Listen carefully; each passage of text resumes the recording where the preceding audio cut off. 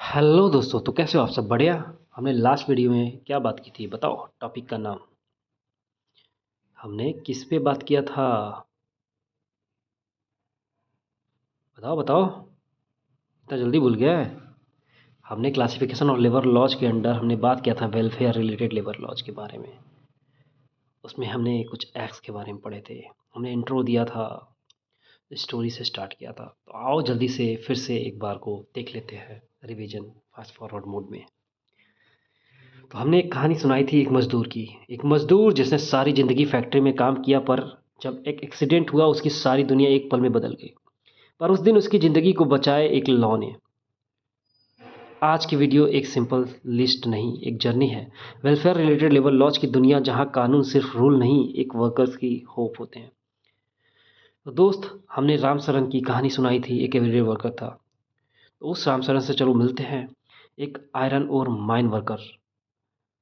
राम सरन एक आयरन और mine worker है। दिन भर धूल पत्थर मशीन की आवाज़, उसी में उसी की उसकी रोटी बनती है। उसी में उसकी रोटी बचती है। एक दिन पत्थर गिरता है और राम सरन जख्मी हो जाता है। अब सवाल ये, क्या राम सरन के पास कोई सहारा है? और यहीं से शुरू होती है हमारी कहानी। टाइप ऑफ एक्ट नंबर 1, जो लाइफ बचाता है कंपनसेशन और सिक्योरिटी लॉज के थ्रू। पहला एक्ट इसमें था workman compensation act 1923। Ram Saran को पता चलता है कि अगर काम के दौरान इंजरी हो तो एम्प्लॉयर को कंपनसेट करना पड़ेगा। इस लॉ ने उसका इलाज, उसका घर, उसकी फैमिली सब बचाया। फिर हमने पढ़ा था employees state insurance act 1948, ESI act 1948। Hospital का बिल, डॉक्टर का खर्चा, मेडिसिन्स, ईएसआई सब कवर करता है। फिर हमने प्रोविडेंट फंड एक्ट 1952 पढ़ा था। रिटायरमेंट के बाद जो पैसा मिलेगा वो भी इसी एक्ट के अंडर, इसी एक्ट की देन है बेसिकली। फिर हमने दूसरे टाइप का एक्ट पढ़ा था जो रिस्पेक्ट दिलाया सोशल सिक्योरिटी लॉज के थ्रू। इसमें हम दो एक्ट पढ़ते हैं। पेमेंट ऑफ ग्रेचुटी एक्ट 1972, जो कहता है काम छोड़ने पर, रिटायरमेंट पर या किसी इमरजेंसी में ग्रेचुटी एक थैंक यू गिफ्ट की तरह मिलता है। फिर मैटरनिटी बेनिफिट एक्ट भी इसी में आता है 1961 में। ठीक है। राम सरन की पत्नी सीता एक बीड़ी फैक्ट्री में काम करती थी। प्रेगनेंसी में छुट्टी मिलेगी या नहीं, सैलरी मिलेगी या नहीं, मैटरनिटी बेनिफिट एक्ट ने उसकी डिग्निटी को सिक्योर किया। फिर हम तीसरे टाइप के एक्ट पढ़े थे जो इंडस्ट्री स्पेसिफिक हीरोज हैं। इंडिया का लेबर मार्केट एक जैसे वर्कर्स से नहीं बना, इसलिए हर इंडस्ट्री के लिए अलग वेलफेयर फंड बनाए गए।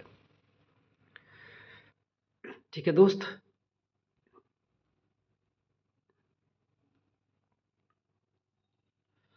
BD worker welfare fund act 1976, cine worker welfare fund act 1981, iron ore mines labour welfare fund act 1976, limestone dolomite mines welfare fund act 1972, mines mica labour welfare act 1946।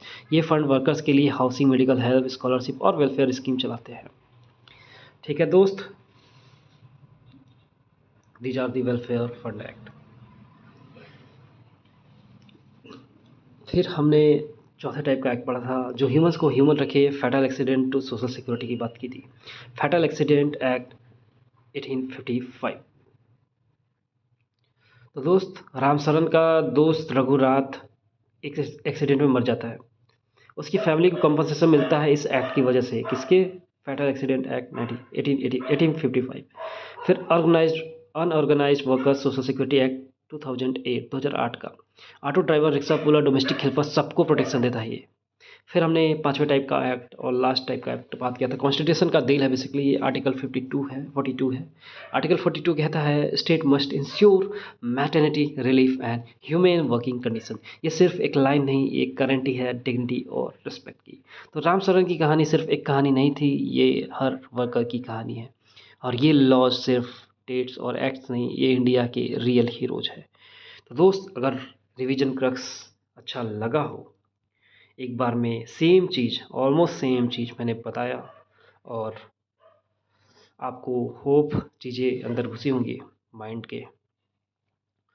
Already मैंने बता दिया purpose क्या था welfare related labour laws का। Worker और family की social और economic protection की areas work main compensation act 1923, ESI act 1948, EPF act 1952, payment of gratuity act 1972, employers liability act 1938, employers liability act 1938, maternity benefit act 1961, federal accident act 1985 मतलब 1855 और unorganised workers social act 2008, various welfare fund act, BD sign, iron ore, mica, limestone, etc. And constitutional support था article 42 human condition of maternity relief की बात करता है। तो this is it about the revision crux of classification of labour laws, और इसमें हम पढ़ रहे थे wage welfare related labour laws. Hope आपको वीडियो अच्छी लगी हो तो प्लीज़ 1% भी जेन्युइन लगा हो, काम का लगा हो, एग्जाम ओरिएंटेड लगा हो, कुछ इन्फॉर्मेशन मिला हो कि हाँ यार कुछ जानने को मिला मेरे को, please like the video, subscribe करिए चैनल को, मोटिवेशन मिलता है ऐसे और इन्फॉर्मेशन वाले वीडियोज बनाने के। सब्सक्राइब तो जरूर करिए दोस्त प्लीज़, और इफ़ पॉसिबल अगर शेयर कर सकते हैं, अगर पॉसिबल हो तो शेयर करिए यार वीडियो को, और लोगों में पहुंचाइए। ठीक है दोस्त, मिलते हैं नेक्स्ट वीडियो में एमसीक्यू के साथ, और इन्फॉर्मेशन को और रिटेन करेंगे साइंटिफिक तरीके से, याद दिला देंगे यार, रटा देंगे तुमको चीज़ों को।